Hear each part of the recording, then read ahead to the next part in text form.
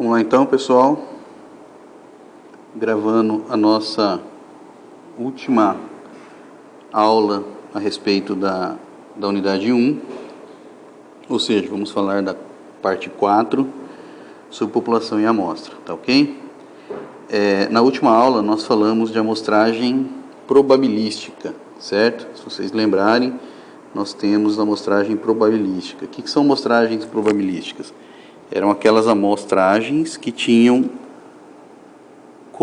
probabilidade ou chance de um elemento ser selecionado conhecido.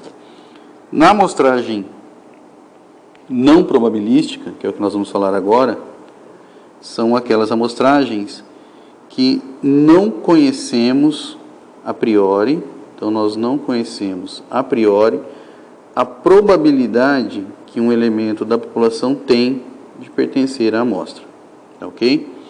Os principais tipos de amostragens não probabilística que podemos ter são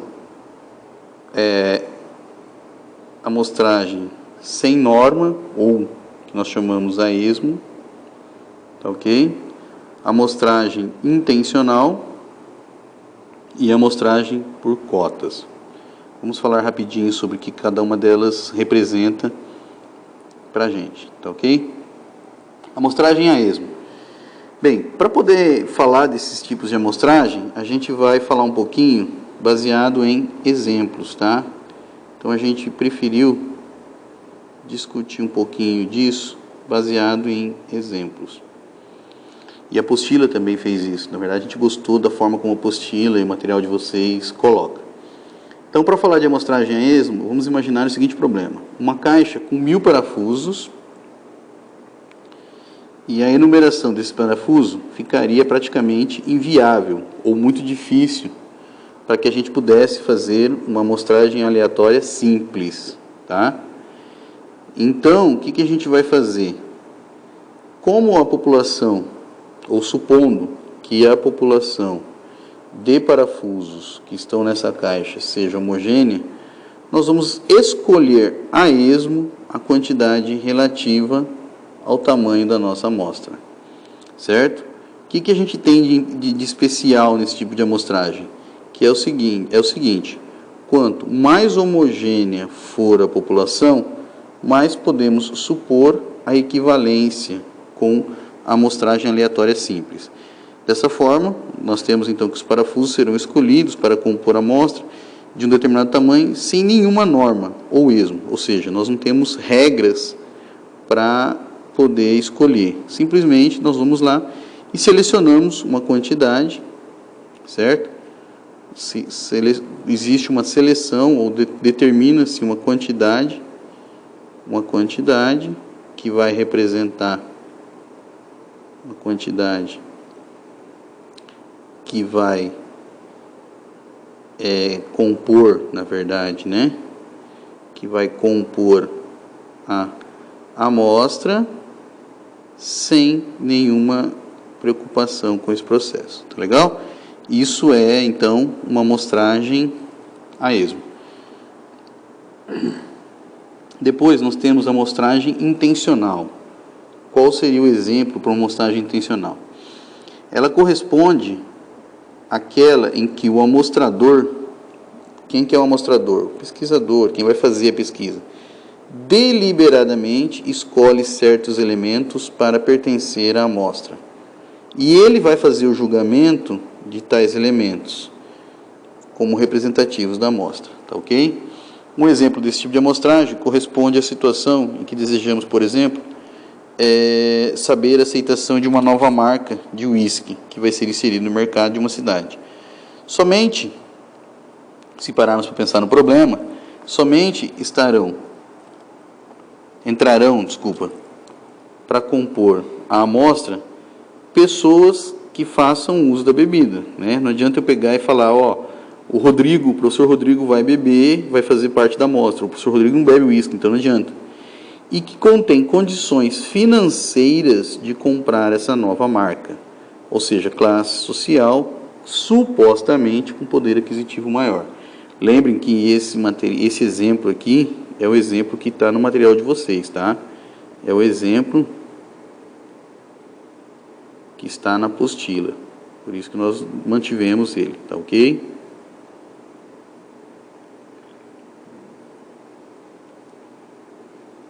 Depois nós temos a amostragem por cota. Esse tipo de amostragem, a população é dividida em grupos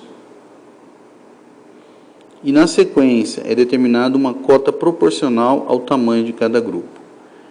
Dentro de cada grupo não é feito sorteio, mas sim os elementos são procurados até que a cota do grupo seja cumprida.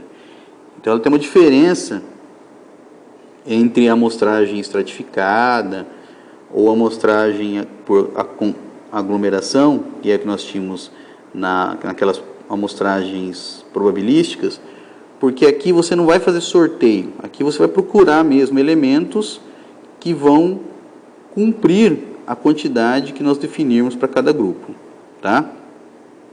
Esse tipo de amostra é realizado em pesquisas eleitorais, quando a divisão de uma população ocorre em grupos. Então eu determino os grupos lá, considerando, por exemplo, sexo, nível de escolaridade, faixa etária de renda, que podem servir de base para a definição dos grupos, partindo da suposição de que essas variáveis definem grupos com comportamentos diferenciados no processo eleitoral. Rapidinho, vamos tentar explicar o que acontece aqui. Vamos imaginar que eu queira saber a intenção de voto de um determinado grupo, certo? Que tenha... Qual é a condição desse grupo? Qual é a cota desse grupo? Salário mínimo,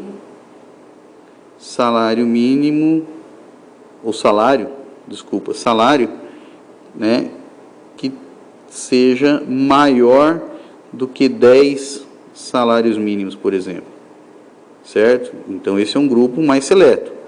O que acontece? Quando eu vou fazer a pesquisa, eu vou perguntar, primeiro, eu vou ter que questionar primeiro sobre o entrevistado ou sobre o grupo que eu vou perguntar, se ele satisfaz a cota que eu defini para o grupo, tá? Se ele satisfaz a cota. Uma vez satisfeita a cota, ou seja, ele tem um salário mínimo que é 10 vezes, um salário que é 10 vezes maior que o salário mínimo? Sim. Então aí eu vou perguntar, por exemplo, qual a intenção de voto dele. Ou seja, esse é um tipo de amostragem que ele não é aleatória, entendeu? Não é uma amostragem aleatória simples.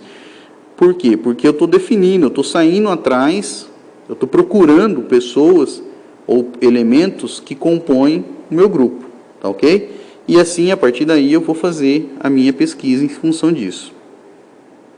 Então, para encerrar ou para finalizar o capítulo, certo? Nós falamos de amostragem, nós definimos na aula passada as amostragens probabilísticas, certo? Quem são as amostragens probabilísticas? Aleatória simples, por sorteio, sistemática, que é aquela que eu tenho um sistema, estratificada, que é aquela onde eu defino um determinado extrato baseado em uma proporção, né? Se vocês lembrarem aqui, eu vou basear numa proporção, certo?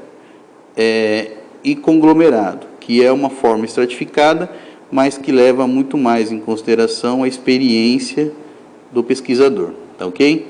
Depois, nós temos a amostragem não probabilística, que é as que nós vimos agora nessa aula, que pode ser a esmo, sem regra, sem nada, entendeu? Eu simplesmente vou selecionando elementos. Ela pode ser intencional, baseado na experiência do pesquisador, ou seja, onde existe a intenção de pesquisar pessoas de uma determinada situação, e a cota, que é aquela onde eu tenho uma quantidade definida de elementos para compor a minha amostra, e aí eu vou tentar cumprir, ou vou selecionar pessoas, vou procurar pessoas, então aqui eu vou procurar elementos, que compõem o grupo, certo? Esses são os elementos que eu vou procurar, que eu vou correr atrás para fazer a minha pesquisa. Pessoal, essa é a última aula das 4 que nós temos para a unidade 1. Com isso, nós encerramos a unidade 1, nós encerramos a unidade que fala sobre método estatístico e população e amostra, e a partir de agora nós já começaremos, as próximas aulas começarão a discutir a unidade 2, tá ok? Nunca é bom repetir que vocês leiam o material, que vocês anotem as dúvidas, que vocês organizem as dúvidas e tentem responder os exercícios selecionados no fim da sessão, tá ok? Muito obrigado e até a próxima.